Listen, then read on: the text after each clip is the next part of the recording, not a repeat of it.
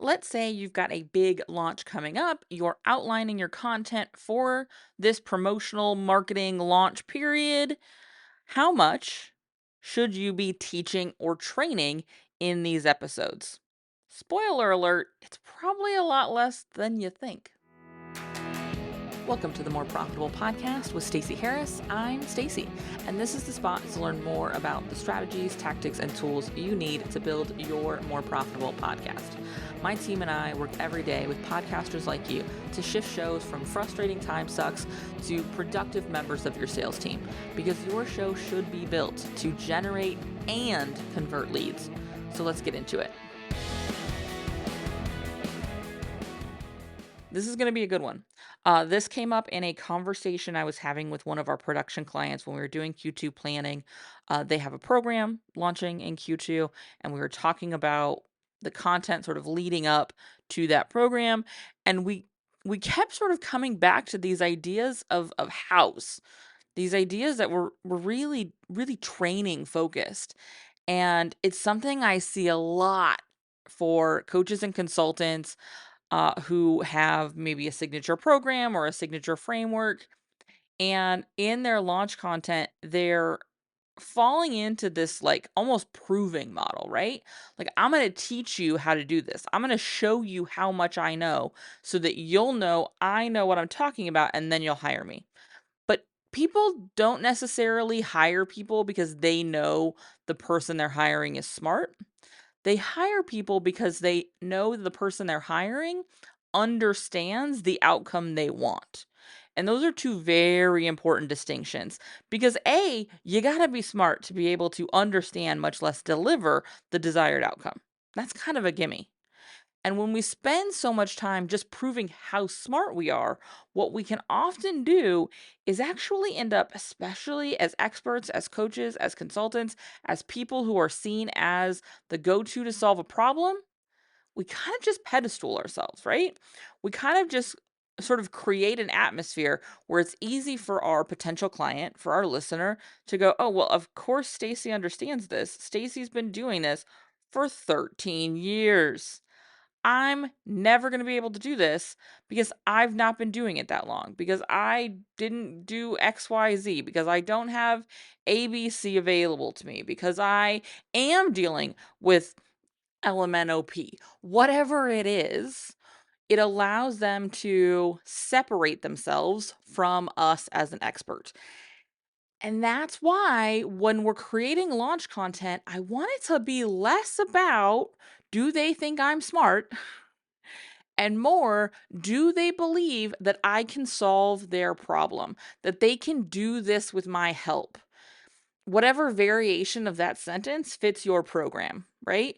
Because obviously, if we're doing a guided sort of group program component, like, here's what we'll do. We'll use the Profitable Podcast Summer Camp as an example of this, because we're going to be launching it in June.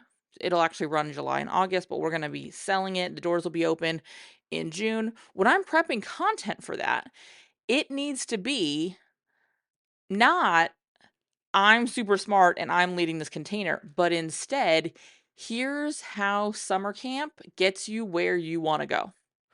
Here's the result you're looking for. Here's how we are creating that together in this container. That's a very different job than, look how much I know about podcasting. That felt weird to say. You know what I mean? It is that distinct difference.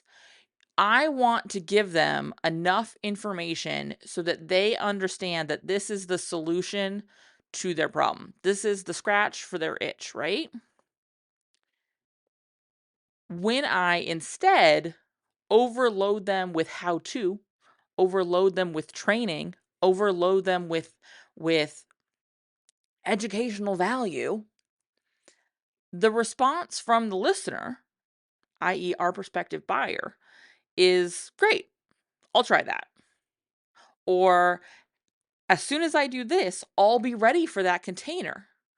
When in reality, inside the container is where we do the thing you're teaching them. You're just going to teach them in a way that they'll actually do it. Because I don't know about you, but I'm going to guess it's true that you've listened to a lot of how-to podcast episodes you've never actioned on, even when they were teaching you something you really, really, really wanted to know how to do, right? Yeah, we're all guilty of it. Every single one of us. What I want to instead be creating is here is what it takes to get the solution you want. Here's the container in which I'm helping you do that. We're going to dig in to some of the top level stuff. And we can use that to give them the information they need to get the best result from our work together. We talk about this a lot when I'm talking about training our clients to be the best clients they can be. This isn't about changing who they are. It's about giving them the information, the context, and the language that allows our work to really take off, because we don't have to have those discussions when we're in our work together. We get to instead get specific about those conversations and how they pertain, relate, are implemented inside the customized and unique and snowflake-like situations we all live in, because we all know we're so very different and nothing ever is the same, right? And the instinct to teach, the instinct to train really comes from a proving place. Look how smart I am. I can help you. Look how much for value I'm providing you. I'm not being salesy. I'm not trying to manipulate you. There is real value here. I'm not going to scam you. I'm not going to offer you nothing. Look at how much I have. It's this instinct to provide this idea that feeling of, well, if they're giving me all of this for free, I can't wait to see what they're going to pay for, like what I'm going to get when I'm paying them. But in reality, what we create is, wow, they're giving me so much for free. I better start here so that I can be ready for the stuff that I'm going to pay for.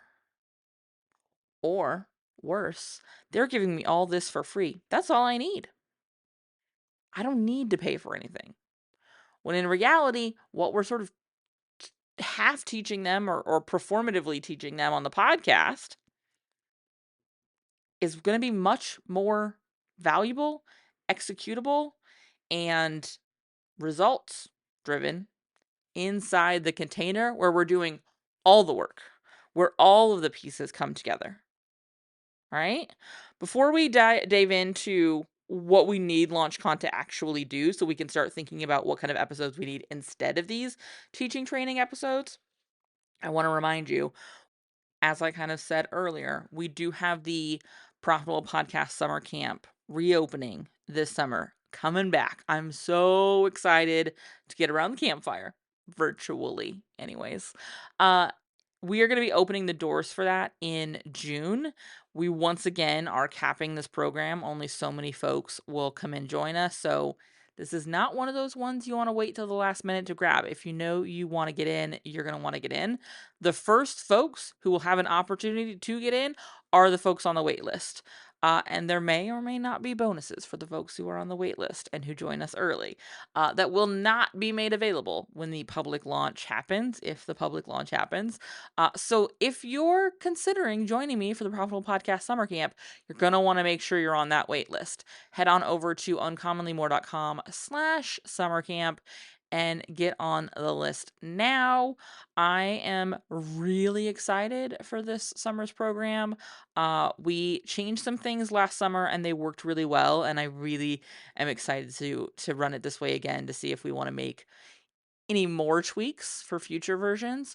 But I'm really excited with the changes we made last year. And so I love this container. It's the only time I run a group program is in this summer container. So take advantage if you're somebody who kind of has a summer slowdown, if you're somebody who wants to be able to hit the ground running with their podcast goal or their content this fall. Maybe you're going to be gearing up for a launch in Q3 or Q4. This is a really good container to make sure your late Q3 and Q4 and even Q1 content is built to do the sales work you need it to do, because I know what important sales seasons those are for a lot of coaches and consultants. Several of our clients are in like their sort of peak sales time, as they fill up their 12-month programs, as they open up new courses or cohorts in either the fall or the winter. This is a big time. And so doing this in the summer is a really good opportunity to get ahead of that so you can make sure those assets are doing what they need to do. Again, uncommonlymore.com/summercamp to get on the wait list. I can't wait. I'm so excited. All right, let's get into what launch content should do, because I think this is one of those things that it we kind of make about us when it's way not about us. So we kind of come at this from the perspective of, I got to show them there's value here. I got to prove that I know what I'm talking about. I got to prove that these results are going to be there. I got to prove that I'm not like every other sketchy coach you see on Instagram. I want them to know there's real value here. And so I'm going to start providing them real value. But I want you to notice that all of that was about us. All of that was about you and me as the experts, as the coach, as the consultant. None of that was about who's going to be listening.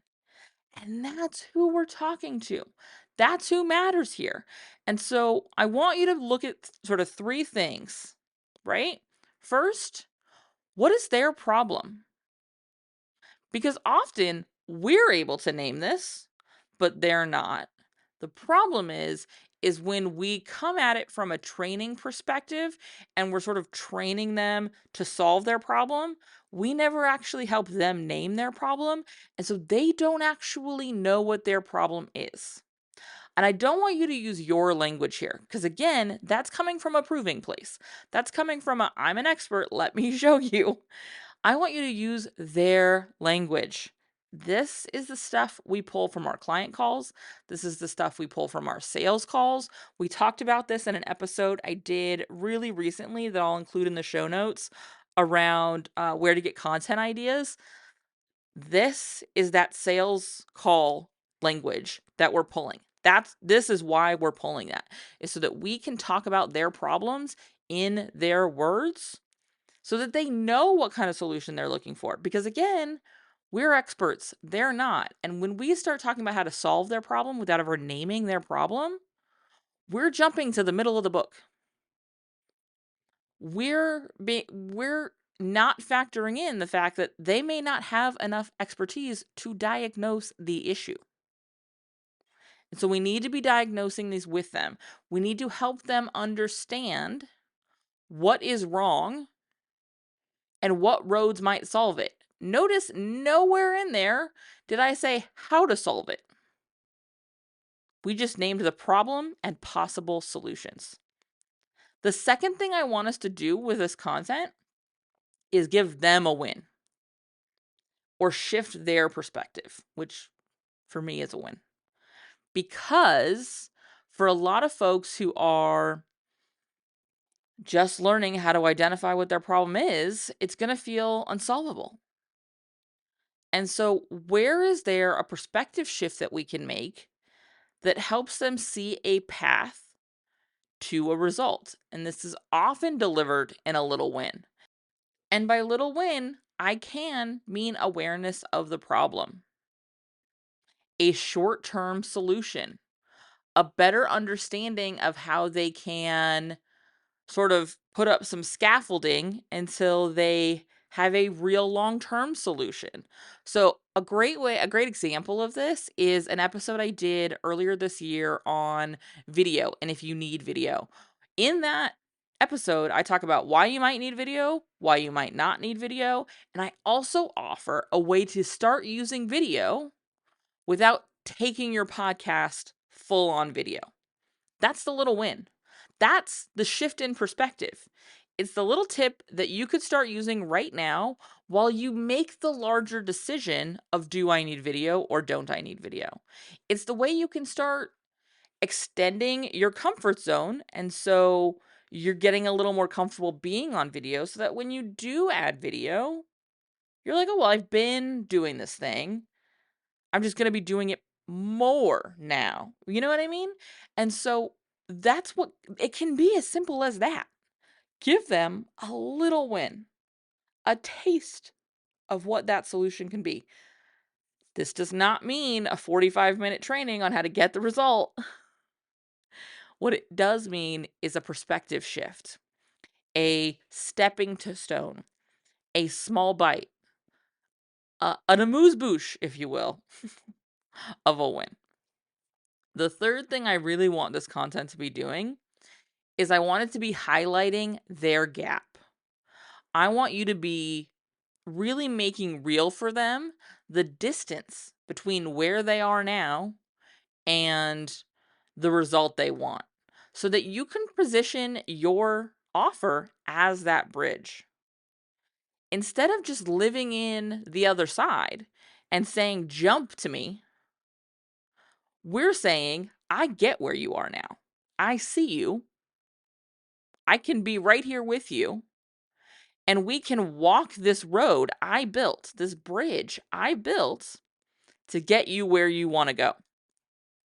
And so now I'm positioning us as partners in their process instead of saying, I'm going to give you a bunch of stuff and I'm really smart and so I understand it, but figure it out. See you later. I'm going to go to the other side in Reward Town. I'm going to go to the other side in Solution Town. I'm going to go where everything's fine.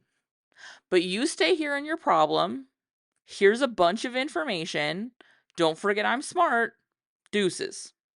That's what's happening when we lead with training, which I know feels really weird because teaching and training and proving to them how smart we are by walking them through how we do what we do and how they can do it too is just drowning them in information.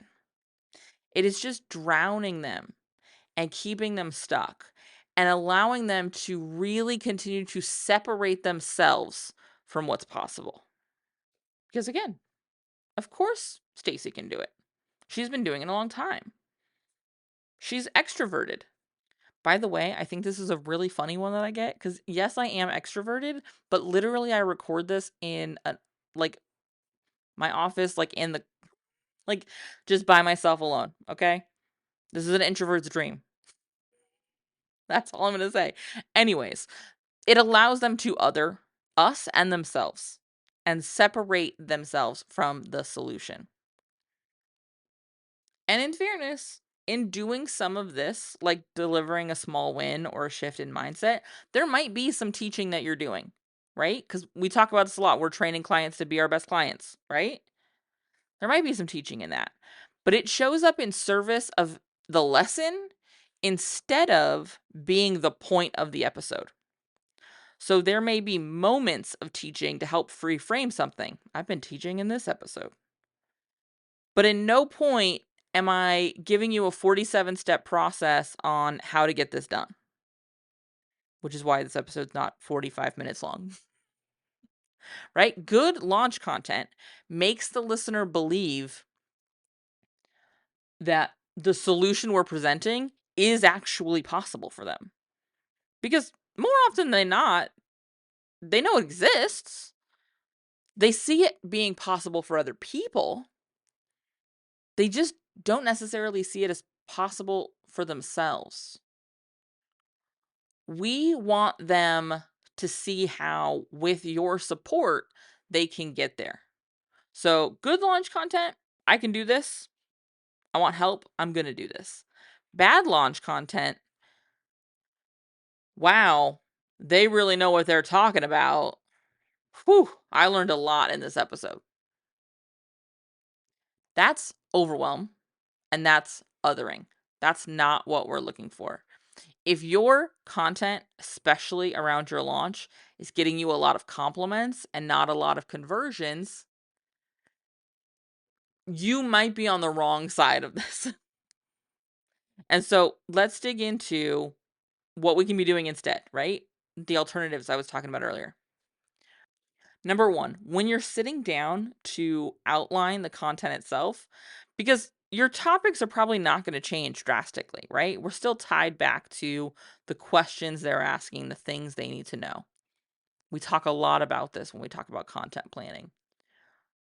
But when we sit down to outline the episodes, I want you to really be thinking about what is the decision or the thing I want them to do at the end of the episode. And that should be for a launch content. I want them to go check out the sales page. I want them to book a call. I want them to join the program. I want them to sign up for the private podcast. I want them to fill out the application, whatever those things are. Not, I want them to evaluate their podcast and get a better understanding of how it could improve. That's great pre-launch where I'm starting to get them thinking about what might not be great. And it could be like a smaller version of the audit we do at the beginning of the Profitable Podcaster Summer Camp, assuming that we're doing this to sell that. But when I'm when I want them to make a decision, I don't want that to be the time they start evaluating their show. I want that to be the time where they decide on their own readiness, where they make a move. Number 2, whatever teaching you're doing in there, however many episodes you have outlined that are you training them to be a good client, training them to get the results they want to be getting, cut it in half.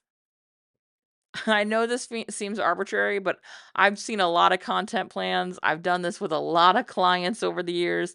I've been doing my own show for 13 years. I've been producing other people's shows for almost a decade. I just trust me. Cut it in half. If you've got 6 episodes pre-launch, no more than 3 of them should be teaching anything, and they only should be teaching what they need to shift or understand before the container. So this could be teaching them some of the language that you're going to use. It could be setting expectations. And a great example of this is I did an episode years ago. We'll put it in the show notes because you're never going to be able to scroll to find it. Talking about podcast downloads and like, are you getting enough? Should you be getting more? Like, what is the reality of podcast downloads? It's a really valuable episode to listen to before we do an audit week 1 in the Profitable Podcaster Summer Camp. And I'm kind of teaching because I'm teaching you a different way to be thinking about your downloads and your metrics and how often you're checking in. I'm giving you some resources there to check, but I'm not teaching you how to run an audit. I am teaching you to think differently about the results we may be looking at in your audit. So that's a teaching episode that's still valuable, but by cutting it down, by sort of halving what I was going to deliver as far as value, and instead of running a full how-to on how to do an audit, and instead just setting expectations, I give them a win, I give them a perspective shift, and I give them some clarity over what we're really doing and what's actually valuable to them. Because oftentimes I find we're and this is not just a like podcast stats thing. But like I see this in wellness programs. I see this in business programs I've been in. We're deciding what good is based on like somebody else's goals or highlight reels or expectations. Frankly, not even for us, but themselves. And we decide, oh, I have to think that too, or that's what I have to want too. This was a huge problem for me for a lot of the early part of my business where I was actively trying to build something I didn't want because I thought that's what I was supposed to build. These are the lessons you learn 15 years in, right? And now I'm working on building, yes, but also sustaining the thing I love. I work the way I want to work. I work with the people I want to work with. I have a lot of flexibility and freedom in my life, but also a real meaningful schedule and the necessity to deliver actual work. I like that. That's a good balance for me. Um, and I'm now building the thing I want. instead of what somebody else wants. That's the kind of education we want to be doing, is this expectation setting thing. And when we cut down how much teaching we're going to do and we start thinking about it just as these small wins, these mindset shifts, which are so frequently the small win or the awareness of something, that's huge. Those insights are huge. We tend to be delivering how to or teaching content that actually moves them towards a sale, which actually moves them towards a result. Because here's the thing, moving them towards a sale is great for us, right? Because we're businesses. But it's also the only way they actually see the result they're looking for. To not be moving them towards a sale is just forcing them to continue to spin in their own discomfort. And I don't want that for anybody ever. The third component here is you need to be including an actual ask. So, in the context of your actual episodes, this means strong calls to action. Not like, oh, if you're interested, reach out. No. If today's episode resonated, and if you're still listening, I'm guessing it did, now is the time, let's do this. That's what I want you to be looking at. Okay? But also, within your content plan, including things like an audio sales page, including episodes where you break down what's inside the container, whether this is done for you services. My version of this is the What Working with Uncommonly More episode, or What Working with Uncommonly More looks like episode, which I probably need to update because we have changed our pricing. But anyways, whatever that is for you. We also have a version of this for summer camp. We'll be running again this summer. Well, we're gonna have a new version of it because we made changes last year. But an actual breakdown of the offer. Case study episodes where you're talking with clients about the work you did with them. These are what I mean when I say include an actual ask.